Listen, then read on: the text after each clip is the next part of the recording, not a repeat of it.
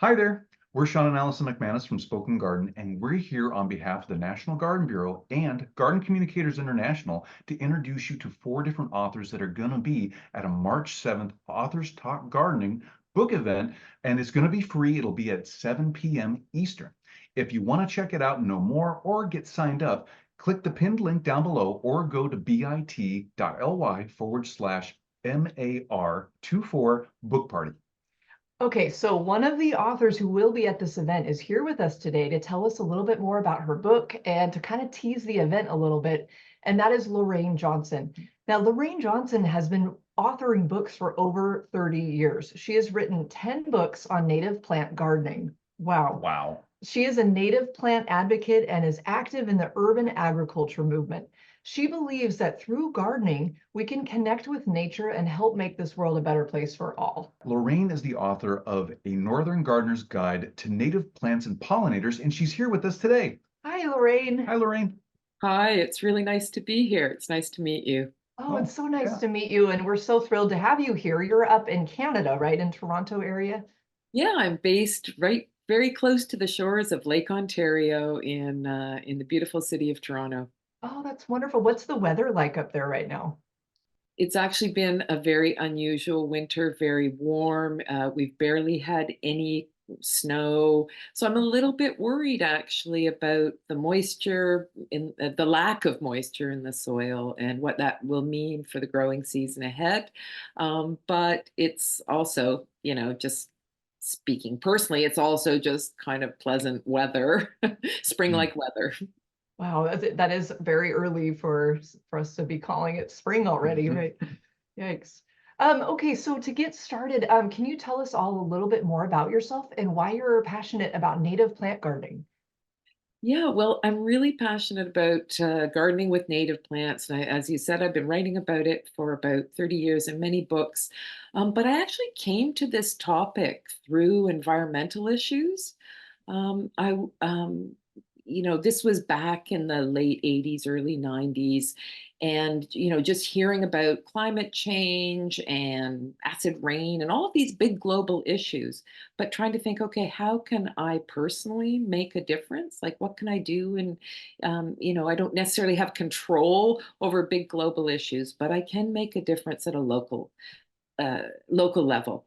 And so that's why I started writing about native plant gardening and native plants, because it's an action, it's a personal action we can all take, to create habitat for creatures. And so it was just the next step. It was so clearly to start writing about the connection between native plants and pollinators and how native plants are just so important in terms of supporting pollinators. So I teamed up with a conservation biologist, a scientist, Sheila Kola, and she's a bee expert. She did a lot of work on the rusty patch bumblebee, a lot of science around that particular bee, and why it had declined, and what were the factors that were leading to the fact that this once common bee is now endangered. And so we teamed up to write this book about how each of us, all of us, can support pollinators by creating habitat gardens based in native plants. Oh, wow. Wow. I love hearing your journey into writing this book and just, yeah, all those things, they affect all of us in so many different ways. So that's great that you tackled this. And I want to ask you too. So for anyone that hasn't read your Northern Gardener's Guide to Native Plants and Pollinators book, can you tell us a little bit more about it and just give us an overview? Sure. Well, A Northern Gardener's Guide to Native Plants and Pollinators, we really tried to create a very like handy, thorough guide to planting plants that will truly help pollinators and create meaningful habitat. And those are, so we focus on native plants and how to kind of grow. We profile more than it's about 350 plants that are native to the Northeast, the upper Midwest, and the Great Lakes region. And for each of those plants, we kind of talk about how to grow them, maybe some good companions to grow with them, what they need, what they look like. We include some sample designs in the book, like whatever your conditions are. If you're, we talk about balcony gardening, creating habitat on balcony, and container gardening with native plants.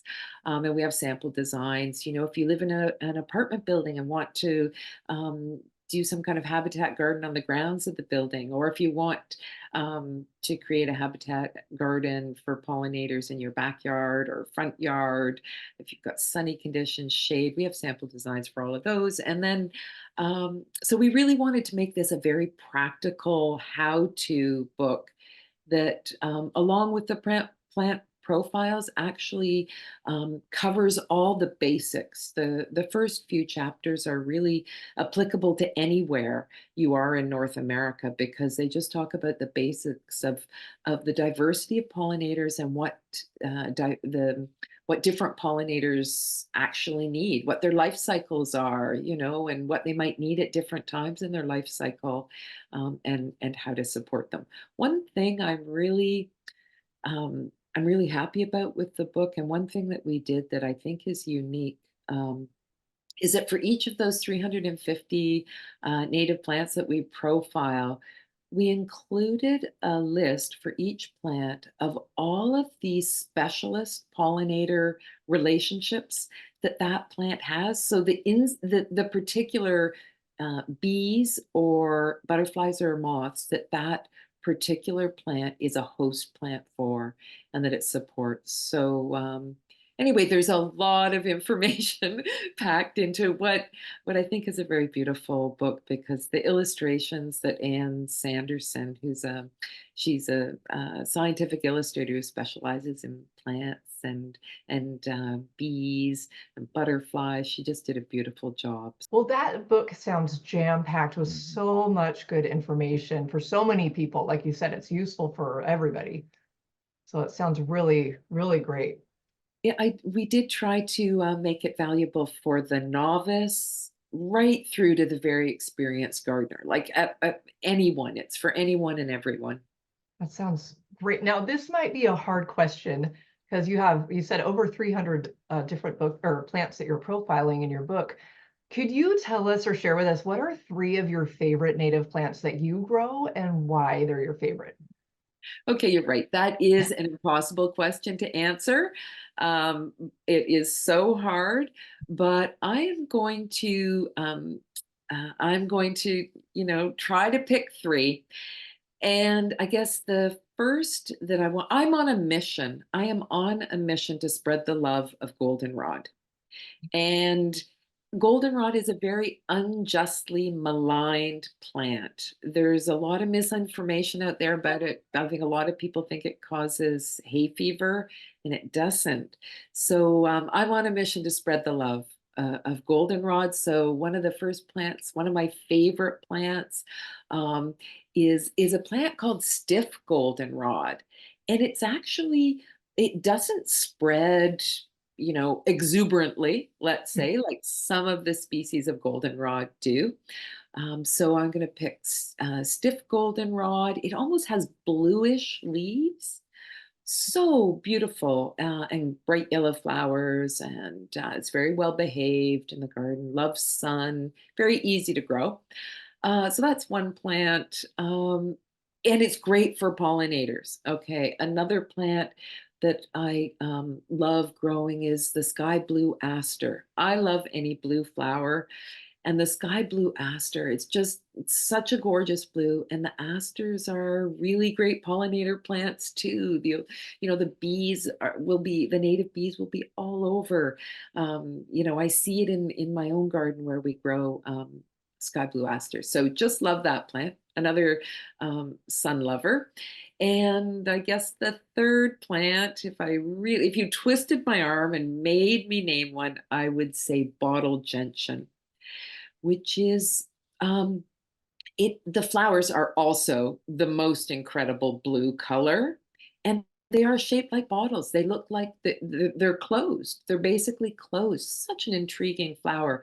And one of the reasons why I love it so much is because you can spend time watching bumblebees try to get into that closed looking flower, into the bottle to get at the nectar and pollen. It's a fascinating, beautiful native plant. So those are my three. If you twist my arm. Those are Wow. great options too. Great. I love hearing about how the last plant, the bottle, what did you call it? It's bottle gentian. Bottle gentian. I love hearing how unique that is and how it must have evolved this way, obviously. And that's fun to get that perspective you have of watching the bumblebees come in and just or trying to get in there. That's really fun. So Lorraine, our last question for you. Why do you think anyone should attend the Authors Talk Gardening March 7th event? Well, I've been to at least one other of the authors talk garden events, and they're just really fun.